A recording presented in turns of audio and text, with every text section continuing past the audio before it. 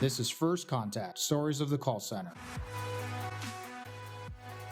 I know there's mentions of toxic culture or things that when it comes to not allowing or giving people the opportunity to have a position in life where they're able to excel or get to the next level. Do you see yourself or do you see moments in time where there was just unpleasant experiences? There was things that really gave a bad taste in your mouth about the industry, or at least pieces within an organization that made you go, this is wrong. It goes back to that same, and it's taken me a lifetime. This has to get fixed. It's taken me a lifetime to figure it out. But when I couldn't work on helping people to perform better, and I had so many things on my plate, and we were, really talking and focusing in on efficiency, efficiency, efficiency, and getting faster, at what we were doing. And I was just overladen with tasks to do and couldn't develop.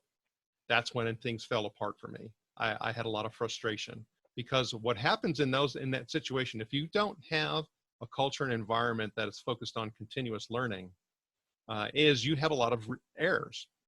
Your whole quality program is dealing with nothing but errors. And then if you're only focusing in on errors, then you start having a whole exception processing problem because people start complaining, and it's just a downward spiral. So you have to continually focus in on developing the skills of your people, and that will help galvanize some of those other issues that could actually bring your environment down. That's great. And I think that's so true. I think when you just focus on the problems and you don't allow yourself to look at the bigger picture and understand where there are areas of improvement, it really can put you down a rabbit hole and not really allow you to see what's right in front of your face. Yeah. But, you So know, think about that from an industry perspective. So for decades, we've had a turnover and morale and burnout problem for decades. mhm, So, we're going back. Contact centers were first really created in Omaha, Nebraska, because after World War II, we had all of this communication infrastructure that was left behind after World War II. And so that's where we started contact centers, and it's grown from there. So ever since those contact centers were started after World War II, we've had issues with turnover and burnout and morale.